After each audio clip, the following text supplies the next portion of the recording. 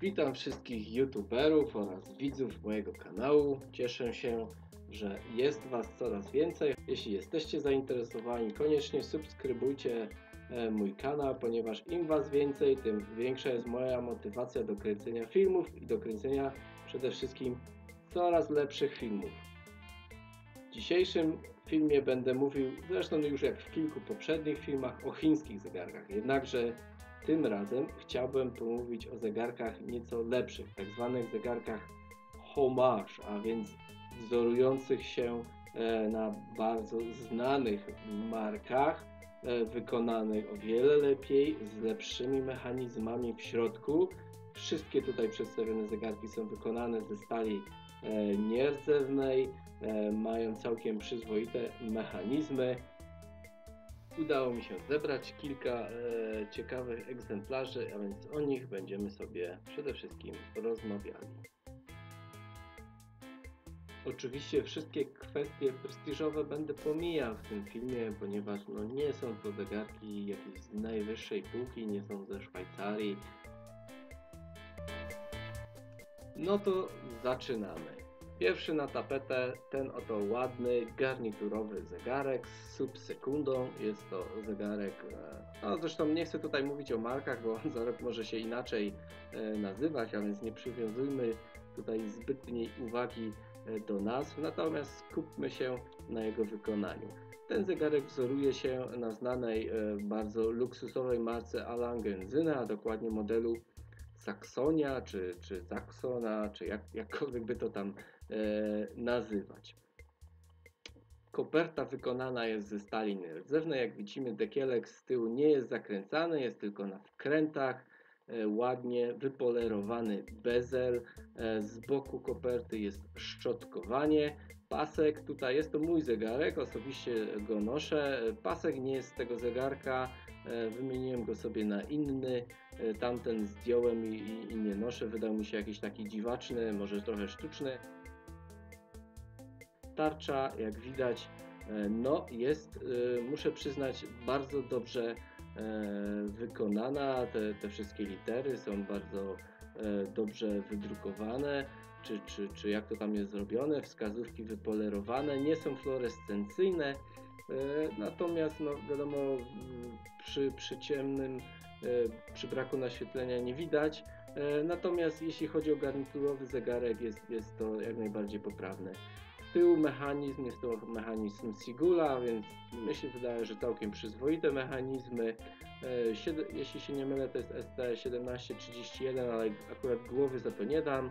Chodzi dokładnie, powiem szczerze, w ogóle nie zauważyłem, żeby ten zegarek spieszył po całym tygodniu noszenia, a więc jeśli o to chodzi, to tutaj naprawdę nie można się przyczepić. Szkiełko szafirowe, a więc odporne na zadrapania, wiadomo, w granicach zdrowego rozsądku, lepiej nie rzucajmy nim o beton.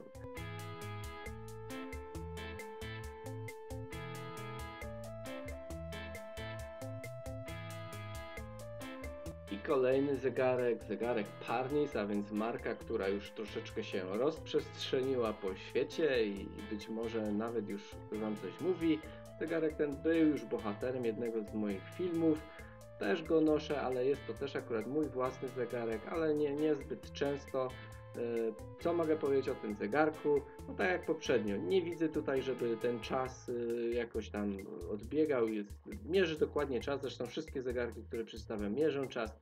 Z tyłu w porównaniu z wszystkimi innymi zegarkami, to jest chyba najbardziej skomplikowany mechanizm. Jest to Sigul ST2505 Flying Wheel, a więc jest całkiem niezły. Pasek tutaj także zasługuje na uwagę.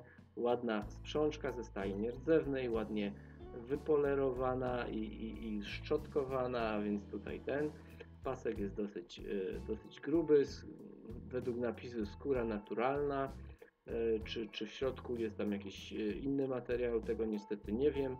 Wachnik tego zegarka działa bardzo dobrze nakręca mechanizm, mimo że nakręca tylko w jedną stronę, a więc przeciwnie do ruchu wskazówek zegara. Indeksy oraz wskazówki są niebieskie, malowane. W poprzednim filmie miałem wątpliwość, ale już to sprawdziłem, są na pewno malowane. Tutaj przycisk z boku do manualnej zmiany daty. Koronka mniejsza, więc na szczęście nie trzeba nią za często nakręcać zegarka, tylko wtedy kiedy leży, żeby po prostu ruszył.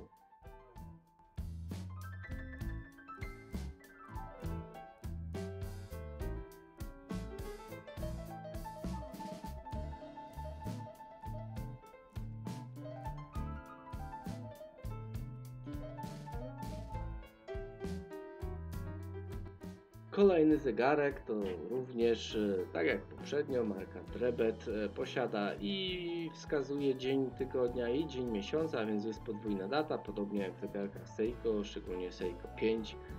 To, co jakby szczególną uwagę moją zwróciło w tym zegarku, to bransoleta. Muszę przyznać, że jest naprawdę rewelacyjna.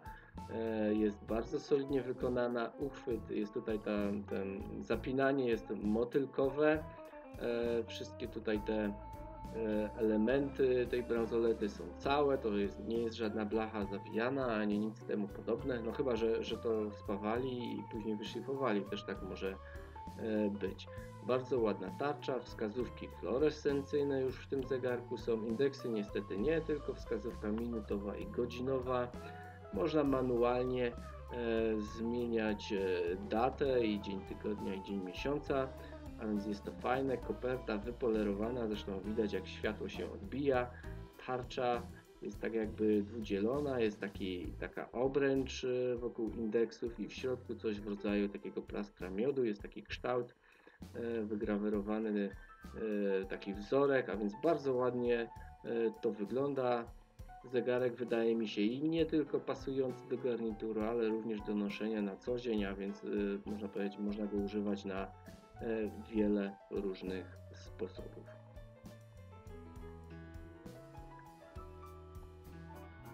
Całość, koperta to jest głównie polerowanie, a więc przypuszczam, że pewnie po jakimś czasie powstaną rysy. O dziwo wodoszczelność tego zegarka to jest 50 metrów, a więc zazwyczaj jest 30 w chińskich, tu jest 50, a więc jest to na pewno na plus. Z tyłu, zgodnie z tym, co jest napisane na wachniku, a więc wewnątrz pracuje zegarek Miyota. Teoretycznie coś lepszego, coś japońskiego. Pewnie i tak to jest produkowane w Chinach, wątpię, że gdzieś to tam przywożą z Japonii, ale ostatecznie tego nie wiem, więc to tylko są moje przypuszczenia i moja opinia. A więc to jest zegarek Drebet. Tak, jeśli oglądając już tutaj marki z wyższej klasy, to wydał mi się nieco podobny do marki Longines Flagship.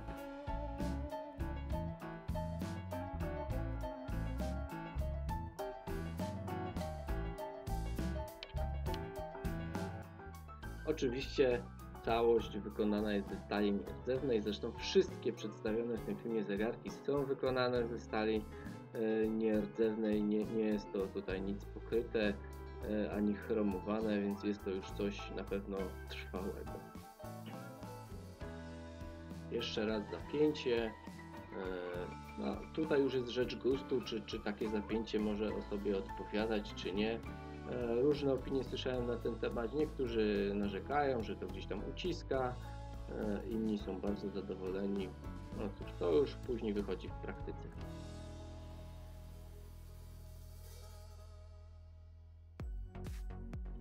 I kolejny zegarek wzorujący się na chyba najpopularniejszej marce na YouTubie, marce Rolex i dokładnie modelowi Submariner. Jest to zegarek również ze stali nierdzewnej, obrotowy bezel, natomiast nad datą nie posiada szkiełka powiększającego. Szkiełko jest też szafirowe w tym zegarku, o dziwo, a koronka jest zakręcana, a więc teoretycznie jest tutaj większa wodoszczelność, jednakże na samym zegarku nigdzie nic nie widnieje, ile ten zegarek może być pod wodą, a więc przypuszczam, że jest tylko 30 metrów. Oczywiście datę można ustawiać manualnie, jest stop sekunda w tym zegarku.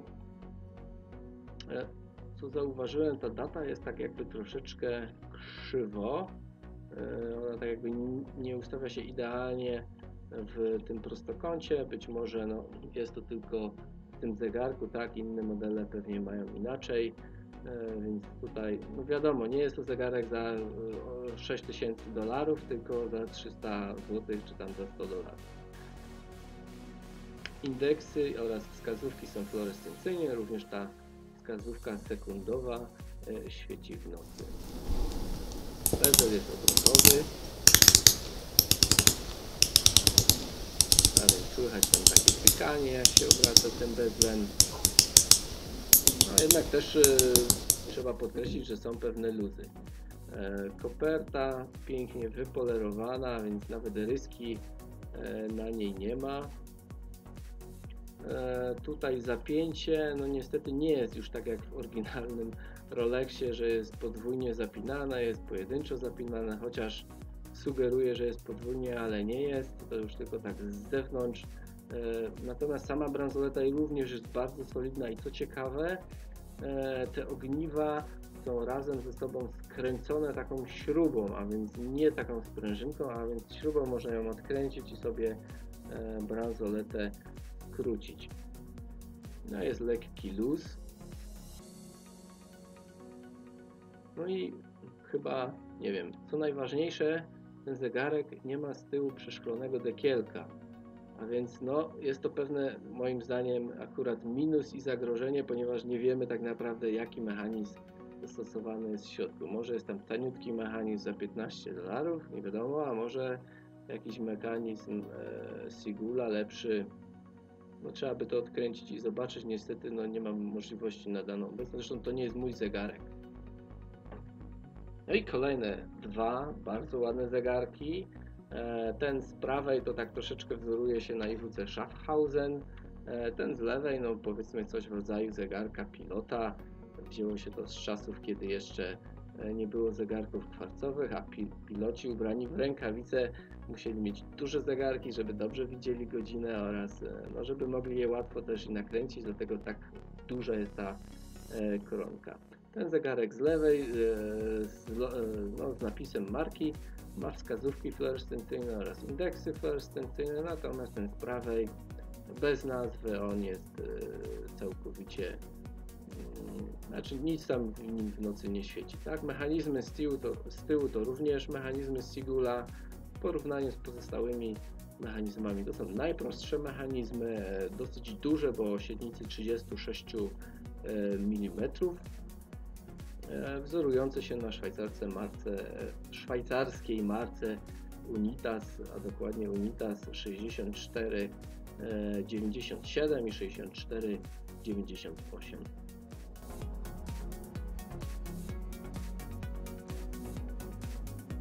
Oczywiście cała koperta wykonana jest ze stali nierdzewnej, a więc tutaj jeśli o to chodzi, to nie ma problemu. Również ta koperta wzoruje się na marce Schaffhausen. Ładnie jest wypolerowana. Tutaj muszę przyznać, nic nie zauważyłem, jakiejkolwiek ryski, a więc no tutaj robota dobrze została zrobiona. Dekielek przeszklony, dosyć solidne zapięcie, natomiast sam pasek jest nieco cieńszy od tego wcześniej prezentowanego Partnisa, jednakże no też wygląda na skórzany. Czy faktycznie taki jest, czy to tak świetnie imituje, to też trudno mi w tej chwili powiedzieć, ponieważ no i przede wszystkim jaka by była jego trwałość, to też akurat nie wiem, bo akurat takiego zegarka nigdy nie nosiłem. Natomiast robi to bardzo fajne wrażenie, bardzo solidne wrażenie, więc przypuszczam, że swoje powinien wytrzymać. Teraz w tym zegarku tarcza jest jak najbardziej granatowa, te szkiełko też tak jakby lekko mieni się na niebiesko. Przypuszczam, że jest to jakieś tam utwardzenie po to, żeby no, za szybko się nie porysowało, też to szkiełko było nieco mocniejsze. Koronka bardzo duża, więc bardzo łatwo przestawić godzinę w tym zegarku. No też jak zauważyliście, nie jest to zegarek automatyczny, żaden z nich, a więc trzeba co 2 dni, ponieważ rezerwa chodu wynosi około 48, więcej właściwie, wynosi 54 godziny według danych producenta. Natomiast wiadomo, co 2 dni trzeba go nakręcić, jeśli by się go nosiło codziennie. Ładnie widać, jak mechanizm pracuje. Ten model ma akurat szlifowany z tyłu ten mechanizm, a więc mamy jeszcze taki ładny wzorek, wzór genewski. Tak tu całość wygląda, śruby są niebieskie, powiem szczerze, też nie mam pojęcia, czy to jest termicznie robione czy malowane. Akurat no, nie miałem okazji takiego zegarka rozbierać, podobny rozbierałem, ale nie miał śrub niebieskich. No i jeszcze raz oba zegarki dla porównania, jak widać, no, ten zegarek z prawej ma czarną tarczę, ale ona tak jakoś czasami przechodzi na niebiesko, nie wiem czy przypuszczam, że chodzi tutaj o szkiełko. No i na koniec jeszcze taki oto zegarek udało mi się niedawno pożyczyć od znajomego, który go kupił jakiś czas temu. Jest to złoty, nie wiem czy kolor złoty w Polsce wydaje mi się troszeczkę mniej popularny. Posiada wskazania daty w formie takich jakby no, okręgów, a więc nie jest to tutaj tak tradycyjnie jak w poprzednim zegarku, czy tak jak w znanych zegarkach Seiko, tylko jest to okrągłe, z boku takie przyciski, które tam były przed chwilą widoczne, one służą do manualnego przestawiania tej daty, natomiast ona też się całkowicie przełącza automatycznie. No pasek tutaj jest ewidentnie, to jest sztuczne, a więc to nie jest skóra naturalna, widać balans z góry, a więc to wydaje mi się bardzo jest ładne. Wskazówki fluorescencyjne, ale jak sprawdziłem, szału tutaj nie ma, fluorescencja ledwo coś świeci, no i przypuszczam, że też pewnie bardzo szybko gaśnie. Zegarek też jest automatyczny, jaki to jest mechanizm, to nie wiem. No i też powiem szczerze, nie mam pojęcia co do materiału koperty. Jest to na pewno pozłacane, natomiast czy jest to stalnie rdzewna, tego nie wiem. No, jak Państwo zauważyliście przed chwilą, w tym zegarku data, dzień miesiąca przedstawił się dopiero w pół do pierwszej, nie o 12, więc jest to lekko przestawione. Mechanizm z tyłu fajny, także ze szlifem, dekielek przyszklony, a więc widać jak to wszystko pracuje. No, za wiele tutaj nie widać, kilka zębatek i to właściwie wszystko. No, zegarek bardzo ładny, taki nie wiem, jakieś wesela, uroczystości, rocznice, myślę, że świetnie w garniturze czy w stroju wizytowym by się prezentował. Tak na co dzień to nie wiem.